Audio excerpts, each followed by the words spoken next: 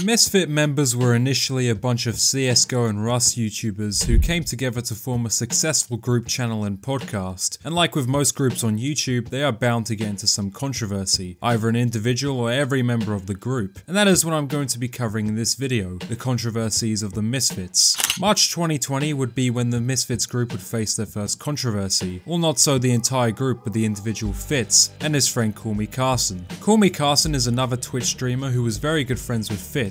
One day Carson would state on Twitter that he was taking a break from streaming as he was taking antidepressants and seeing a counselor due to his poor mental health. After announcing this, he had unfollowed Fitz. This led to people speculating on what happened between Fitz and Carson, leading to one Reddit post to theorize that the streamer, known as Caterino, someone everyone thought was in a relationship with Carson at the time, cheated on him with Fitz, as Carson had unfollowed her as well. And this Reddit post ended up being confirmed by Carson himself. After its confirmation, Caterino's career was completely tarnished. She would then go on to make an apology video, but interestingly claimed that her and Carson were never dating, only apologizing for cheating on her boyfriend and apologizing for leading Carson on.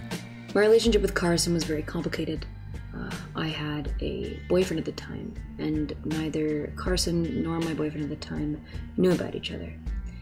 And while I was clear with Carson that Carson and I were not in a relationship, I still let him on and ended up hurting Carson and my boyfriend at the time very badly in the process. And although Kate claimed Carson and her were never dating, Fitz still went on to publicly apologize to Carson. A year after this controversy, another YouTuber, Anything for Views, tweeted, "Carson and Kate were never dating. Carson hadn't even held her hand." Fitz entered the room and asked Carson if they were dating. He said no. Fitz then said, "Is it cool if I hit on her tonight?" Carson said it didn't bother him. Fitz laid pipe and then Carson set the stands on him. I was 19 and I cheated on my boyfriend, and a very big streamer lied about it and it got out of hand. Oh. Oh. Well, you're honest. You know what? You said very big streamer. Are you sure about that one? He was big at the time.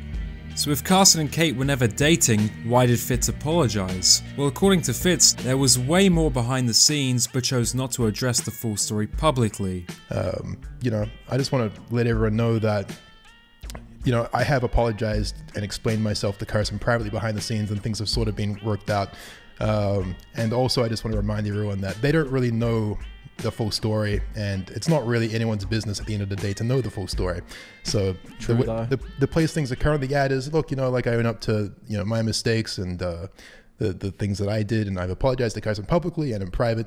And now it sort of seems that it's time to move on from this, because at the end of the day, it's a personal matter, it's a private thing. So in the end, who knows what happened. The next year, Fitz would find himself being in drama again, however not with anyone specifically but on Twitter. In the years 2020 and 2021, YouTubers and streamers would get cancelled, quotation marks, on Twitter for very minuscule things. A prominent example who got cancelled the most during those years was Dream, who was called out for the most ridiculous things, ranging from using Native American music in one of his manhunts to being unvaccinated, the list goes on. So what was Fitz cancelled for? Well, it was for saying the word retarded.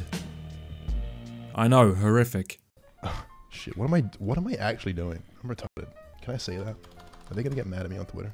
Now, if you've been a long-time viewer of the Misfits, you would know of their manager Ryan, someone who was accused of being a predator by an ex-Misfits employee named Peckett in November 2022, who tweeted, "Throughout my time working with the Misfits and their merch company, I was continually put into extremely uncomfortable situations with Ryan and made to partake in sexual acts, which I would only ever agree to after being coerced, told I would get a promotion, get to live with my friends, taken on overseas trips, or made a money offer I wasn't in the position to refuse, as I was underpaid and never paid on time. I've witnessed him perv on his employees in the shower, break into clients' phones to search for private photos, take advantage of men who he has given way too much alcohol and drugs. He uses his money and influence to manipulate vulnerable people into fulfilling his sexual desires. I know of many more stories that make me sick and give me nightmares to this day. It's not my place to share them, but to others with similar experiences, you're not alone. The Misfits are aware of at least some of these actions and choose to look the other way and leave their audience audience and staff open to abuse. I have lost all respect for them. Having a platform is a privilege, and the people that allow you to have one should be protected. Now this tweet went under the radar, as the problem with Peckett's tweet is he provided no evidence to support his claims of Ryan being a predator, or the Misfits being aware of what Ryan was doing and turning a blind eye. Nevertheless, in October 2023, 2 more people came out with their personal experiences with Ryan. In fact, both stories from the 2 victims were very similar, as both explained how Ryan sexually assaulted them, paying them large quantities of money for nude pictures, took advantage of them while under the influence, and other more disgusting stories.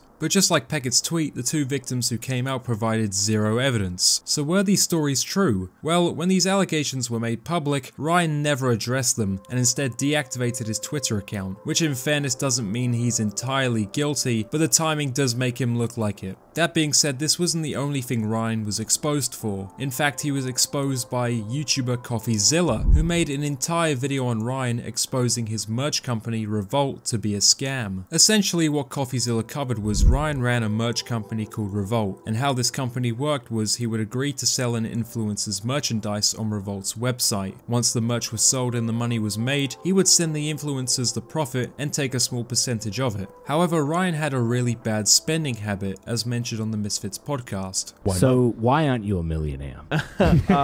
He spends money like a money. Did you always spend money like an idiot? Yeah, I've always spent money like a retard. I mean, the thing with money is I love to be able to provide, like, I don't even know how to word this. I like to be able to provide that experience to everybody.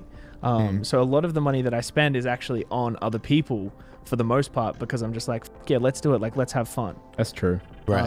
Like, who cares about the future, right? Yeah, well, Let's just make that's today really awesome. what it is. CoffeeZilla even provided receipts on how Ryan would spend his money renting cars and flying on private jets, billing all these expenses to his company, Revolt. So what Ryan did was he would spend the money Revolt made from selling Creator A's merch, and because Ryan was spending more than he could afford to pay the money Creator A was owed, he would sell Creator B's merch and send the profits to Creator A. But then Creator B would be owed money, so he would then pay Creator B with Creator C's profits, and so on and so forth. Ultimately, this plan fell through and Revolt started to delay payments to the creators they owed money to, leading to multiple creators to come out against Revolt publicly. To make matters worse, CoffeeZilla went more into detail with the allegations of Ryan being an alleged predator, showing more screenshots of DMs from Ryan, making him look more and more guilty. So how did the Misfits respond to the controversy involving Ryan, since Ryan was their literal manager? Well, as of making this video, no member ever made a proper response to what Ryan did. The most was Fitz and Swagger Souls acknowledging the victim's tweet by liking it, but so far nothing. Maybe there is a reason why, but overall, it's just sad that an entertaining group like the Misfits had been managed by someone who they thought they could trust, who instead went on to allegedly abuse their power in disgusting ways.